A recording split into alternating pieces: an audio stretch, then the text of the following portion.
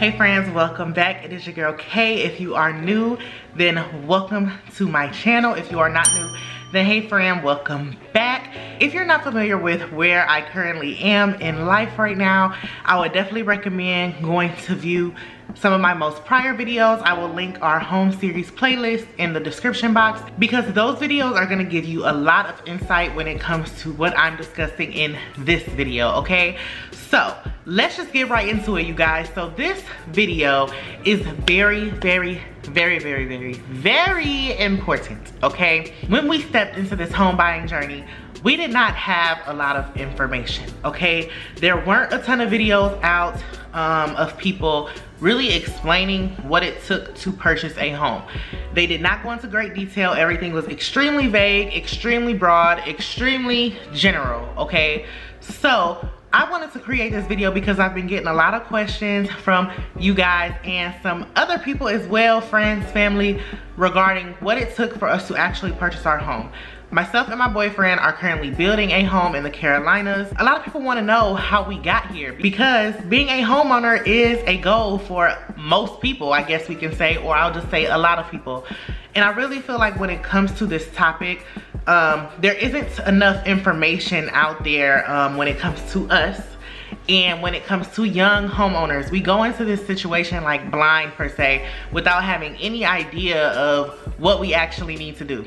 Especially when it comes to pricing. For some reason, people just don't want to say how much they spent on a home, how much they have to put for a down payment. People don't want to disclose that information, and they don't have to disclose that information for whatever personal reasons they have. However, this video is going to be very transparent. Me telling you how much we paid for our home is not going to tell you how much money we make, how much money is in our bank accounts. It's not going to tell you any of that, okay? So I'm gonna be as transparent as possible while still being able to protect our personal finances. I feel like people should really know how much they should really have saved, how much homes really cost, and all of that good information. So we're gonna hop right into this video. Let me just make a disclaimer. I am in no way a real estate professional. I am not a financial advisor, none of that. I'm just going off of my own personal experience and how this process has been going for us. The first thing I wanna touch on is when you think that you're ready to buy a home, the first thing you want to do is check your credit. You wanna check your credit, you wanna work on your credit, okay? If you are applying for this loan, the home loan by yourself, then you need to make sure that your credit is at least a 580, okay? That's what really determines your interest rates. Besides the fact that the market is fluctuating, the credit is what determines your interest rate. And everybody, of course, wants a lower interest rate. So work on your credit. The one thing that I suggest that we actually did ourselves, if you have stuff on your credit from years and years ago or whatever, dispute all of that stuff. Figure out how you can get that stuff off, okay? Make sure you're making your payments on time for stuff. Make sure you don't have a ton of things in your name, you know, a bunch of credit cards, hospital bills, a lot of delinquencies, all of that stuff. You really want to get that in line. You do not have to have perfect credit by any means, but at least a 580 is going to be able to get you in the door when it comes to the speaking with those lenders and getting those mortgage loans. So right now the interest rate is about 4.5, okay? But I do anticipate it going back down to at least 4, and our mortgage lender has also explained this, to at least 4 by the time we close. So for purposes of this video, we're just going to pretend that the interest rate is going to be 4%, okay? For all of the scenarios I'm going to discuss, we're just going to say 4% is going to be our magic number when it comes to the interest rate. Now, a lot of people want to know, how much does it cost to buy a home, okay? I live in Charlotte, North Carolina right now. You are not getting a decent home in Charlotte for under $400,000. That's just that, okay? You're just not, you're not. There's, and even the homes that are like run down and not in the best neighborhoods, all of that are still going for 400 plus thousand, okay? So the big thing for us was making sure that we were in a safe area, we were in a good school district, and we were not paying $3,000 for a mortgage, okay? So we looked outside of Charlotte and started looking in the suburbs and surrounding areas of Charlotte. If you have not seen that video, I will put it in the cards here, and I will also link it down below in our home series playlist. When you are going the new construction route, the biggest thing people want to know is how much money do I have to put down? Do I have to pay deposits? All of that stuff, okay? So here is the thing. Different builders have different requirements. Our builder used to require you to put down $500 as a deposit. Our builder now requires you to put down 4% of your total purchase price as a deposit. Most builders are leaning more towards putting down a percentage as a deposit instead of a lower $500 to $1,000. Now, we have a FHA loan. There are so many different options available, especially for first-time home buyers and all of that stuff. So I would definitely recommend speaking with a realtor and a mortgage, a lender, so that way you guys can figure out all of your different options. But if we were to go with a pre-existing home, with the loan that we have, we would not have had to put down a down payment. If we would have chose a pre-existing home, we would have paid for everything else other than the down payment. Because we are going the new construction route, we did have to put down a deposit. Like I said, our builder, our deposit was 4% of our total purchase price. Now, the thing is, when you put down a higher deposit, your monthly payments go down. So how our builder used to do was the $500 deposit. That will make your monthly payments higher. So we are actually okay with having to pay a larger deposit because it is essentially going to lower our monthly payments. So I'm gonna run down all of the costs from beginning to end that you need when it comes to purchasing a home, okay? And this is the most important thing because we did not know this stuff, okay? And there are not people out here telling you how much money you really need, okay? What is beneficial for us when we're doing new construction is our home is estimated to close in the 4th quarter of this year, so around December. We are putting down all of this money as a deposit, but now we also have 7 more months to stack our money back up versus going the pre-existing route and not having, you know, we move into our house and then we have to maintain our home and try to build our money back up from that. So this gives us time to be able to save more money, which is why we wanted to go this route. Not only that, but because we are building a ton of equity into our home, like out the gates. I wrote this down so that way I could, you know, I'm terrible at math, terrible. So I wrote this down so that way I would not mix these numbers up and this could make sense for you guys, okay? Because it did not make sense for me, okay? It didn't make sense for me until we actually like got into this process and was going, because like I said, you don't see people talking about how much money they had to pay, you know, to put all of, nobody, you don't see people talking about that stuff. So this is why I'm making this video. So if you have a $350,000 home, now that is your total price. That is the price that you pay after you already added all your upgrades, all of that stuff. Your total purchase price is $350,000. Your deposit is going to be $14,000 because it is going to be 4% of that $350,000. You will initially pay $8,400, okay? And let me just get into this really quick because I know a lot of people are like, I don't have $8,400 laying around. Most people don't. This is when you have to utilize your resources. When it comes to when you getting your tax refund, what you doing with that money? What are you doing with extra money that, you know, coming out of your paychecks if you aren't living paycheck to paycheck and you have a little bit of extra money? What are you doing with that money?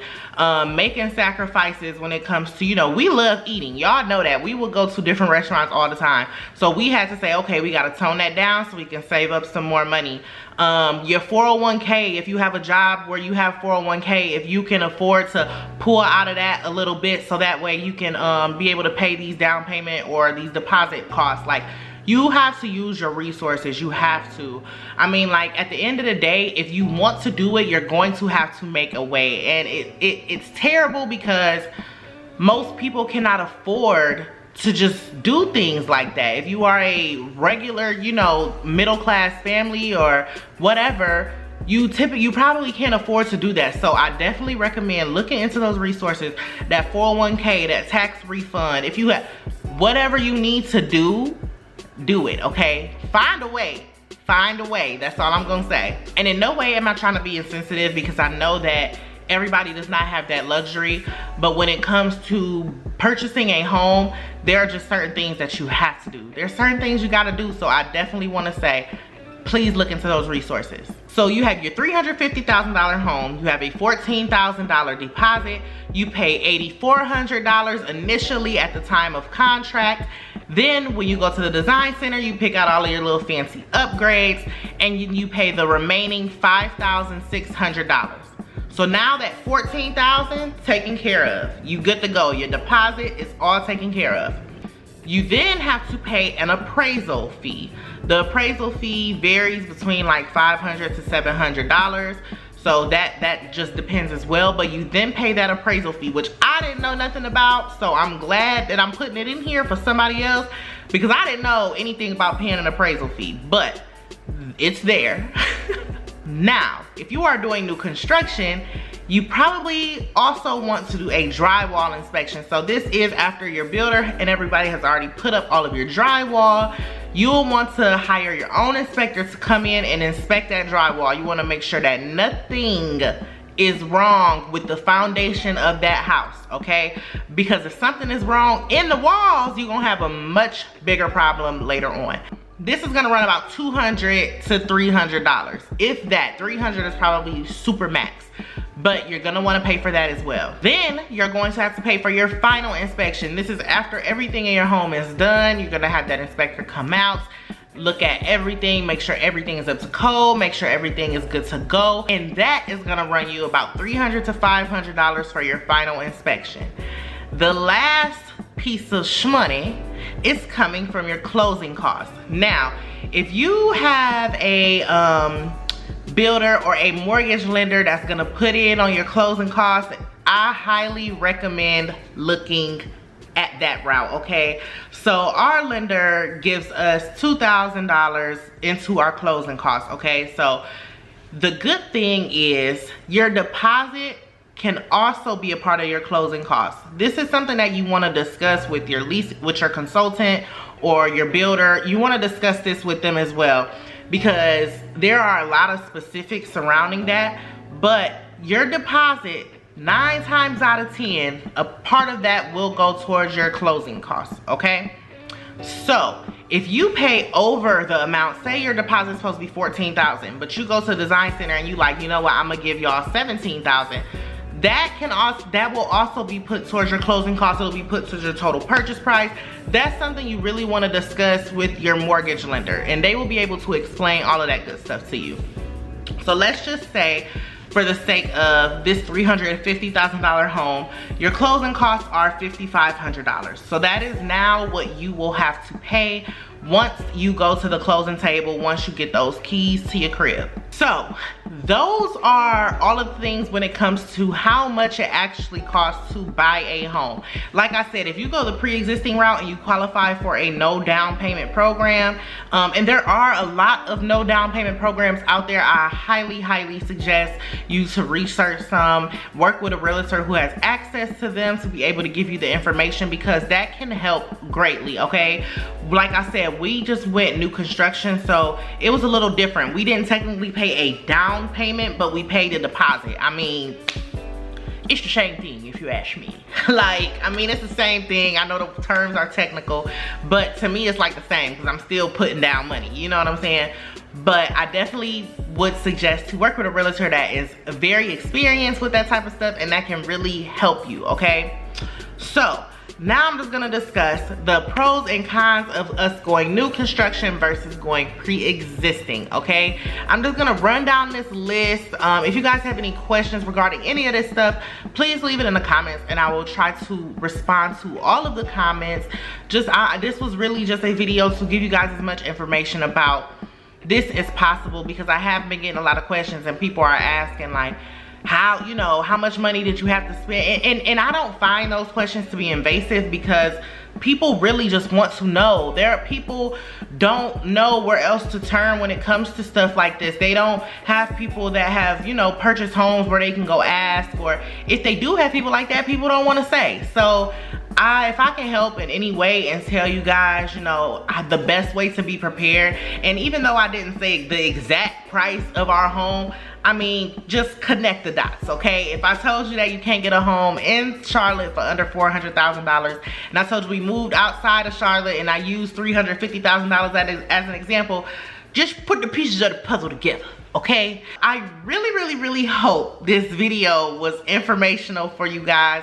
I hope that it could help you in your home buying, home building journey, or just if you just wanted to know, you know, what it actually takes. I really hope this video could help you guys. I know things are changing all the time, so what happened for us may not be the case when it's time for you to build or for you to buy. I mean, these lenders and builders, they change stuff whenever they feel like it. So that is just the case. That's just what's going on right now. But like I said, if you guys have any questions or anything, please leave them in the comments. Again, I am not a real estate professional. This is just my personal experience. I'm linking the home series playlist down below so you guys can catch up on all of our home videos. The next home video is going to be our design center appointment, and you guys do not want to miss that because we have some really great things planned once we go to the design center. That is it. I really hope you guys enjoyed this video, and I'm gonna catch y'all next time.